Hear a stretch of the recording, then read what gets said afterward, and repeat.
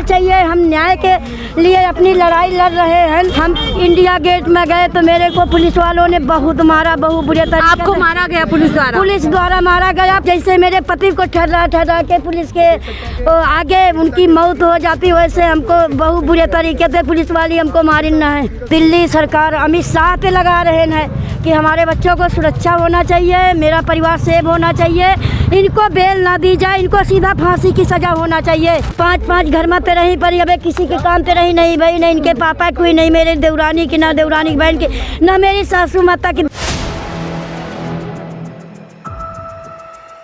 जो सवाल कर रही हैं कि उनके साथ इस तरीके की नाइंसाफी क्यों की जा रही है। आज आप यहाँ पर पहुंची अपनी बेटी के साथ में, क्या कुछ उम्मीद है आज आप यहाँ पे? हम यही कहना चाहते हैं कि मतलब हमको न्याय चाहिए। हम न्याय के लिए अपनी लड़ाई लड़ रहे हैं और आज जंतर मंतर में खड़े हैं अपने न्याय के लिए। हम इंडिया गेट में गए तो मेरे को पुलिस वालों ने बहुत मारा, बहुत बुरे तरीके। आपको मारा गया पुलिस द्वारा मारा गया। पर हम सब पुलिस वालों से यही हाथ जोड़ के कह रहे हैं अपने न्याय खातिर हम लड़ाई कर रहे हैं। हमको जाने दे, जंतर मंतर में धरना प्रदर्शन करेंगे तभी हमको न्याय मिलेंगे। आगे बीते कितने दिनों से आप लगातार इंडिया गेट पे जंतर मंतर पर इधर उधर भटक रहे हैं, क्या प्रशासन की तरफ से कोई भी मदद की आशंका जताई गई है? हमको खाली इंडिया गेट पर खाली हमको मारा गया पुलिस वालों ने, पीटा गया आप लोगों को? हम बुला के मरवाई ना। हम जहाँ गए हमको कोई पुलिस वाले टॉर्चर नहीं की, हमको जाने देते हैं। का पुलिस हो का ये CRP हो, सब जाने देते हैं। हम किसी का इल्ज़ाम नहीं लगाएंगे। पर इंडिया गेट में जो पुलिस वाले बुला के मारी नहीं है वो गलत किया मेरे साथ। जैसे मेरे पति को ठहरा के पुलिस के आगे उनकी मौत हो जाती, वैसे हमको बहुत बुरे तरीके से पुलिस वाली हमको मारी न है। हम यही सवाल कर रहे हैं, हमको जाने दें। हम जंतर मंतर में अपनी गुहार नहीं लगाएंगे जब तक का जनता में आवाज़ नहीं पहुंचेगी। मेरी कैसे सुनी जाएगी? मेरे पति को कैसे हिसाब मिलेगा? मेरे बच्चों को कैसे हिसाब मिलेगा? आज मेरे बच्चे वन में भटक रहे, जंगल में भटक रहे। अपने बच्चों साथ हम अपना जान चली जाएगी पर अपने हिसाब की लड़ाई लड़ेंगे। पीएम मोदी से आप क्या कहना चाहती हैं? हम सरकार पे यही कहना चाहते हैं हमको हिसाब दें, इनकी बेल कैंसिल की जाए, इनको फांसी की सजा होना चाहिए। सब जितने दोषी मेरे पति को मारी। सुप्रीम कोर्ट में मामला जा रहा है, क्या लगता है वहाँ से क्या आप लोगों को वहाँ पे हमको सुनवाई होगी, हमको न्याय मिलेगी। सुप्रीम कोर्ट पर भरोसा है। सुप्रीम कोर्ट ने हमको यहाँ जब केस टाइम पर करा सकती है तो सुप्रीम कोर्ट पर भरोसा भी है हमको। बताइए क्योंकि जब से ये खबर आई है कि कुलदीप सिंह सेंगर को जमानत मिलने वाली है, क्या आप लोगों को धमकियाँ भी दी जा रही हैं? हाँ, धमकियाँ दी जा रही है। अब जब पहले धमकियाँ मिलती रही जब कुलदीप सेंगर का बेल नहीं मिली रही, अब तो जब छूटेंगे तो सबको मार देंगे, ख़त्म कर देंगे। वो नहीं मारेंगे तो जनता तो है उनके पास। इंडिया पता नहीं कहाँ कौन देश में मनाई उनके फिट है मैडम, वो तो मार ख़त्म कर सकते। वो डर लग रहा है कि आप लोग सुरक्षित नहीं हैं? सुरक्षित नहीं, मेरी सुरक्षा भी बच्चों की हटा ली गई, मेरे देवर की लड़का की सुरक्षा हटवा ली गई, मेरे देवर को 10 साल की सजा भी करवा दी। मैं 5-5 घर में रही पर अब किसी के काम पे रही नहीं भाई, नहीं इनके पापा कोई, नहीं मेरे देवरानी की, ना देवरानी की बहन की, ना मेरी सासू माता की। 10 साल से मेरे घर में रही पर कोई किसी की तरह ही नहीं हुई। आप उत्तर प्रदेश से आते हैं, वहाँ तो योगी जी महिलाओं के साथ बोलते हैं, वो खड़े हुए इंसाफ कराते हैं। क्या लगता है योगी जी योगी जी तो आज यहाँ तक का भेजी नहीं, तब इन्हें तो आए न। योगी जी हिसाब करेंगे, हमको भरोसा है। वो यूपी सरकार पर, दिल्ली सरकार पर, हमको सरकारों पर भरोसा है। केवल 2 जजों पर भरोसा हट गया है। जज पे आपको भरोसा नहीं है? नहीं, 2 जज खाली बिक गए और सब जजों पर भरोसा।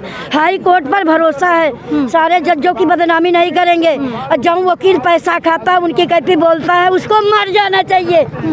तो आपको लगता है दबाव में कहीं ना कहीं काम कर रही है न्यायपालिका? दबाव तो है, ये तब तो कर रही है। दबाव न हुए तो कैसे आज हमका हिसाब न मिल जाता है।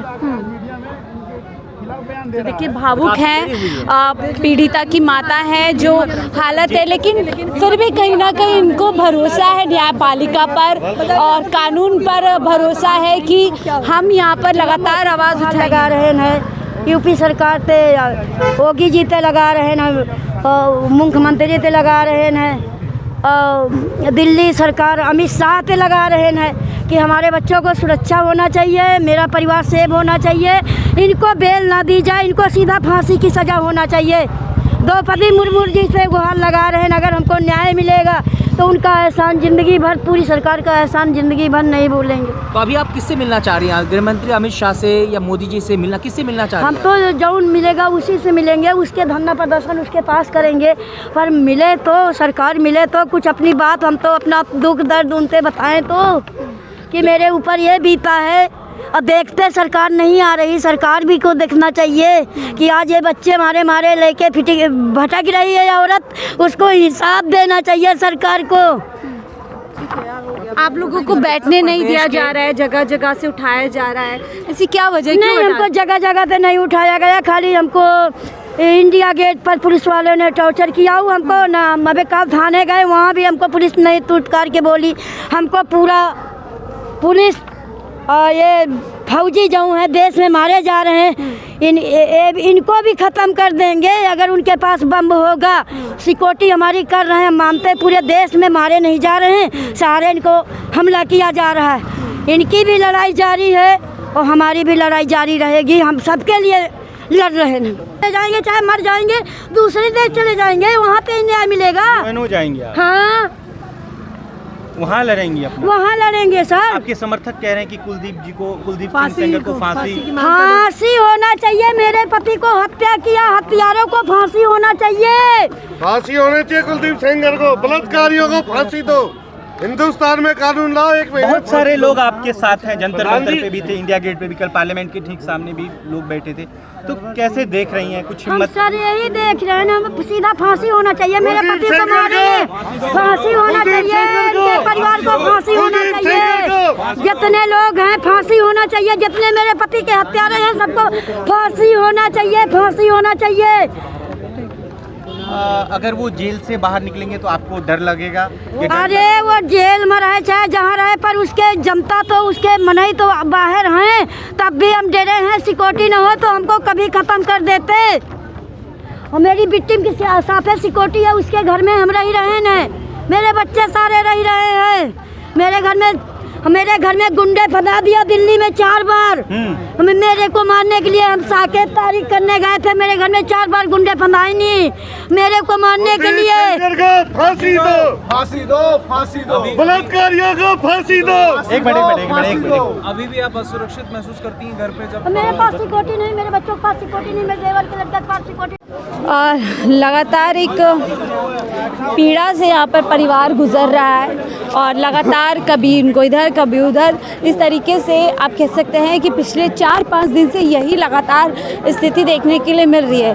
पीड़िता का परिवार कहीं भी जाता है, कहीं पर भी इंसाफ की गुहार करता है, वहाँ से हटाने, डराने का और खदेड़ने का काम किया जा रहा है। जंतर मंतर पर ये लोग मौजूद हैं, अब यहाँ पर इनको आगे बैठने के लिए जो पीड़िता और पीड़िता का परिवार है वो इस घेरे के उस तरफ है, जो एक पूरा घेरा बना दिया गया प्रशासन की तरफ से। और दूसरी तरफ आप देखिए कि आमतौर पर इतनी पुलिस प्रशासन अभी यहाँ पर नहीं था जब लव जिहाद की बात की जा रही थी।